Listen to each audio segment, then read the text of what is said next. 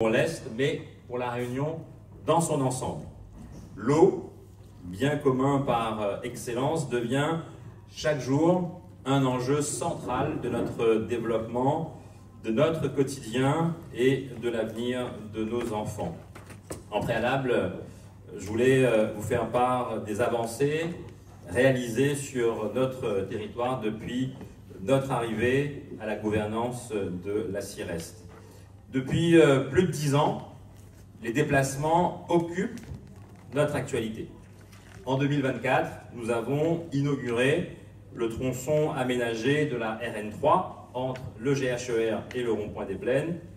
Et en avril 2025, les travaux du TCSP sur l'avenue Jean Jaurès démarreront à la suite des travaux sur la rue Auguste de Villèle qui se termineront, eux, au mois de mai prochain. Concernant la rue Auguste de Villèle, le budget travaux s'élève à 5,4 millions d'euros avec du financement propre de la CIREST et aussi du financement de l'Europe à travers le FEDER. Pour l'avenue Jean Jaurès, le montant des travaux sur ce chantier, qui devrait durer 14 mois, s'élève à 9,1 millions d'euros avec les mêmes financeurs. Parallèlement, au TCSP, nous donnerons un coup d'accélérateur à notre plan vélo, ce qui fera plaisir évidemment à mon camarade Patrice Boulevard, puisque la CIREST devrait s'engager en 2025 dans ses premières acquisitions de vélos à assistance électrique, alors, entre parenthèses 108 VAE. Peut-être que Patrice pourra préciser. 108 vélos, très bien. Okay. Je croyais que c'était un sigle qui... très bien, bon, pour moi. Pour une mise en location à destination de nos usagers, prévue au début du second semestre 2025. Et donc ça représente un budget d'investissement de 234 000 euros pour l'acquisition de ces VAE.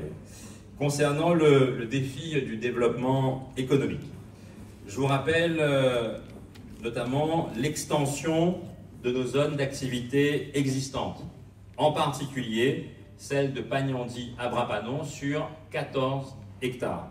Donc 14 hectares qui seront libérés et mis à la disposition des acteurs économiques qui souhaitent s'installer et investir sur les communes de la CIREST et en particulier en l'occurrence sur la commune de Bras-Panon.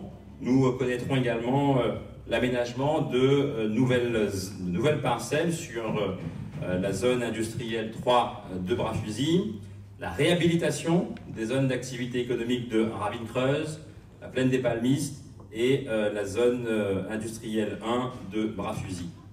L'économie de proximité également avec le déploiement d'Ecobox sur Saint-Benoît, la Plaine des Palmistes et la commune de Bras-Panon. Ce sont les communes qui ont candidaté pour pouvoir accueillir ces structures économiques de proximité. Projet également de création d'une zone franche globale sur l'ensemble des 6 communes de la CIREST afin de mettre en place un dispositif fiscal et social ambitieux pour renforcer la compétitivité des entreprises existantes, mais aussi l'attractivité du territoire pour l'installation de nouvelles entreprises.